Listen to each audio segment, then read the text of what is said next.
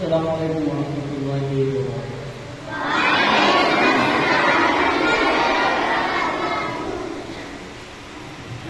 بسم اللہ الرحمن الرحیم، نحمده ونصلي ونسلم على رسوله الكريم، اما بعد فاعوذ باللہ من الشیطان الرجیم، بسم اللہ الرحمن الرحیم، انی ارى في المنام انی اذبحك فانظر ماذا ترى، صدق اللہ العظیم۔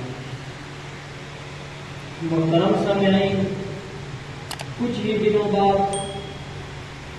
ایک تہوار، خوشی کا دن جسے عید الاضحیٰ، بقر عید کہا جاتا ہے، وہ بالکل قریب ہے اور آپ سب نے انشاءاللہ اس کی تیاری بھی کی ہوگی۔ اس کے لیے کپڑے بھی سلائے ہوں گے، شوز وغیرہ بھی لیں گے، باقی چیزیں بھی لیں گے، لیکن ہمیں یہ پتہ ہونا چاہیے کہ عید کا کیا معنی ہے، عید کسے کہتے ہیں۔ ہمارے ذہن میں ان کی کچھ ہسٹری، کچھ تاریخ یہ ہونا چاہیے تھا کہ وہ خوشی ہم اسلام کے طریقوں پر منائیں تو یہ ہمارے لیے بہتر اور ثواب کا باعث ہوگا۔ اسلام میں دو عیدیں ہیں جسے اللہ کے نبی صلی اللہ علیہ وآلہ وسلم اور صحابہ کرام اور اب تک کے تمام مسلمانوں نے منایا ہے۔ ایک ہے عید الفطر جسے چھوٹی عید، اور ایک ہے عید الاضحیٰ جسے بڑے عید کے نام سے ہم یاد کرتے ہیں۔ عید الفطر اور عید الاضحیٰ دونوں عربی زبان کے لفظ ہیں۔ عید کہتے ہیں خوشی کو، اور فطر کا معنی ہے افطار کرنا، کھانا پینا، ان کو کہتے ہیں افطاری۔ افطاری سے فطر بھی ہے، کیونکہ ایک مہینہ مسلمان روزے رکھتے ہیں، تو روزے رکھنے کے بعد اللہ تبارک و تعالیٰ کی طرف سے مہمان نوازی کے طور پر ان کو پورا ایک ڈے دیا جاتا ہے، بلکہ 3 ڈے، کہ آپ ایسا کریں جن دنوں میں خوب کھائے پیے اور اپنے رشتے داروں کے ساتھ ملے اور خوشی منائے۔ خوشی اس بات سے منائے کہ اللہ تبارک و تعالیٰ نے ہمیں توفیق دی کہ ہم نے 1 مہینہ روزے رکھا اور اللہ تبارک و تعالیٰ کے حکم فرض کو ہم نے ادا کیا۔ عید الاضحیٰ، عید کا معنی ہے خوشی، اضحیٰ اصل میں کہتے ہیں اضحیٰ یوسفی، اضحیٰ کہتے ہیں قربانی کو، جانور کے ذبح کرنے کو، خون بہانے کو، اور اسے بڑی عید کہا جاتا ہے کیونکہ ذی الحج کے مہینے میں ایک تو حج ادا کیا جاتا ہے، جو کہ جس طرح کہ روزہ فرض ہے، حج بھی فرض ہے، اور اس کے ساتھ ساتھ اس میں قربانی کی جاتی ہے۔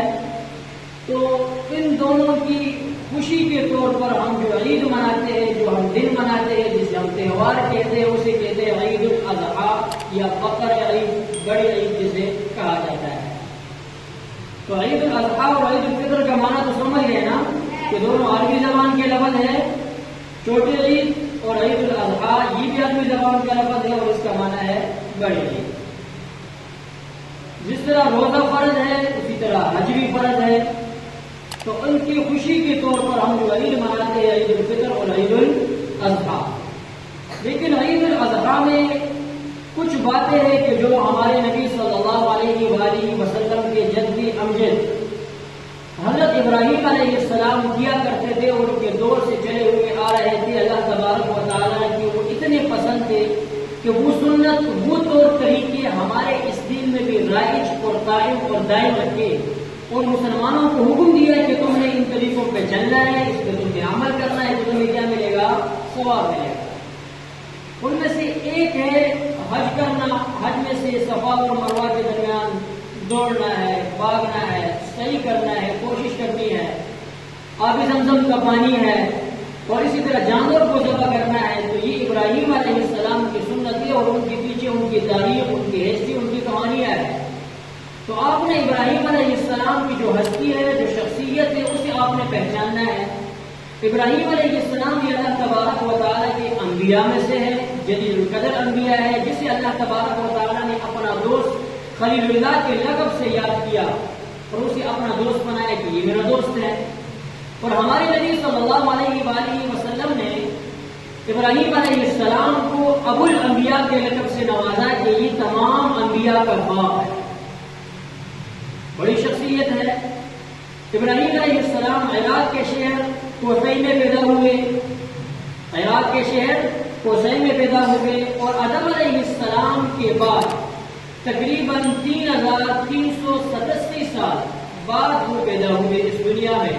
اور نوح علیہ السلام کے وقت میں جو طوفان آیا اس نے ساری دنیا کے اندر جو کچھ تھا وہ سب کچھ غرق کر دیا، تباہ کر دیا، ختم کر دیا۔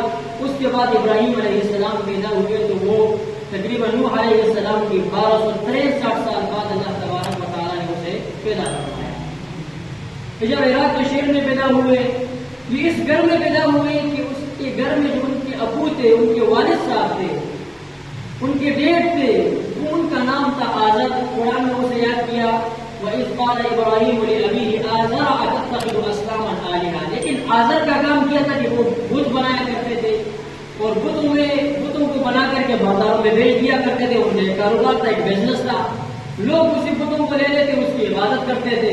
ابراہیم علیہ السلام اس کی مخالفت کرتے کہ آپ ایسا کیوں کرتے ہیں، یہ تو شیطانی عمل ہے، میں اللہ کا نبی ہوں، جو کچھ میں جانتا ہوں وہ آپ نہیں جانتے۔ سورۃ مریم رکوع نمبر 3 میں پورا قصہ ہے۔ لیکن انہوں نے کہا کہ اگر آپ باز نہیں آتے تو میں آپ کو گھر سے نکال دوں گا۔ انہوں نے کہا ٹھیک ہے۔ ابراہیم علیہ السلام کو اپنے باپ نے 16 سال کی عمر میں اپنے گھر سے نکال دیا۔ کیوں؟ وہ مخالفت کرتے تھے کہ آپ خود بناتے ہیں، اس کی عبادت کرتے ہیں، اسے باہر لے جاتے ہیں۔ اس کے بعد ابراہیم علیہ السلام 16 سال کی عمر میں عراق کے شہر میں کسی دوسری طرف چلے گئے۔ وہی عراق کا شہر ہے لیکن وہ شہر چھوڑ کر کے دوسری شہر چلے گئے جسے بائبل کے نام سے یاد کرتے ہیں، تورات میں بھی اس کا ذکر ہے۔ وہاں پر جب چلے گئے تو وہاں پر بتوں کا ایک بہت بڑا محل تھا جہاں پر لوگ آتے تھے، عبادت کیا کرتے تھے۔ ابراہیم علیہ السلام کو وہ بات بہت بری لگی، تو ایک دن ایسا ہوا کہ وہ لوگ کہیں دور اپنے کسی ڈے منانے کے لیے کسی باہر چلے گئے۔ ابراہیم علیہ السلام ادھر ہی رہ گئے، انہیں ساتھ ملانا چاہا لیکن اس نے کہا کہ میں نہیں جا سکتا، مجھے ویسی کوئی بیماری ہے۔ بہانہ بنایا کہ میں آج آپ کے ساتھ نہیں جا سکتا۔ مقصد کیا تھا، یہ پیچھے رہ گئے تو انہوں نے وہ سارے بت توڑ دیے، ان کے ختم کر دیے۔ تو اس کے بعد وہ آئے، انہوں نے دیکھا کہ جس نے ہمارے الہوں کو، ہمارے معبودوں کو کی عبادت کرتے تھے نا الہ، اس کو کس نے توڑا ہے؟ ابراہیم علیہ السلام نے کہا کہ مجھے تو پتہ نہیں ہے، کہ ان کا بڑا ہے یہ ہے نا، ان سے پوچھے۔ تو لاٹھی میں اس کے گلے میں لٹکا دی، لاٹھی نہیں بلکہ وہ کلاڑی، اور کہا کس سے پوچھے؟ تو ان کو تو پتہ نہیں کہ تو بات نہیں کر سکتا، نہ سن سکتا ہے، نہ ہمیں جواب دے سکتا ہے۔ تو وہ بیچارے، مطلب یہ ہے کہ وہ بندے کو تلاش نہ کر سکے۔ بلاخر انہوں نے کہا کہ ابراہیم ہی ہے کہ جس نے اسے مارا ہے اور ختم کیا ہے اور ڈیر بنایا ہوا ہے۔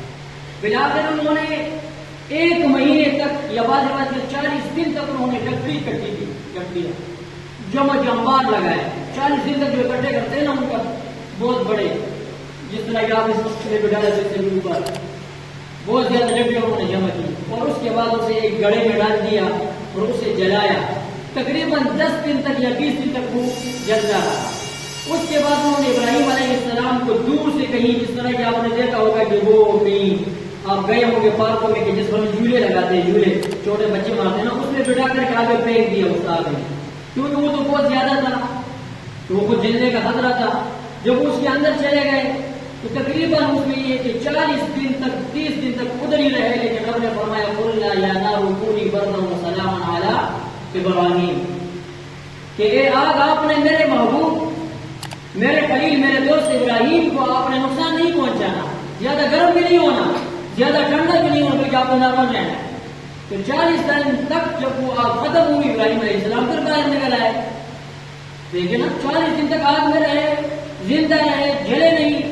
یہ بہت بڑی قربانی تھی ابراہیم علیہ السلام کی، آگ کے لیے تیار ہوئے، لیکن جب آگ میں پھینک رہے تھے تو وہ کہہ رہے تھے کہ میرا توکل میرے رب پر ہے اور میں صرف اسی کی عبادت کرتا ہوں، آسمانوں میں بھی وہی ہے اور زمینوں میں بھی وہی ہے، بس میرا رب ہی میرے لیے بہترین کارساز ہے۔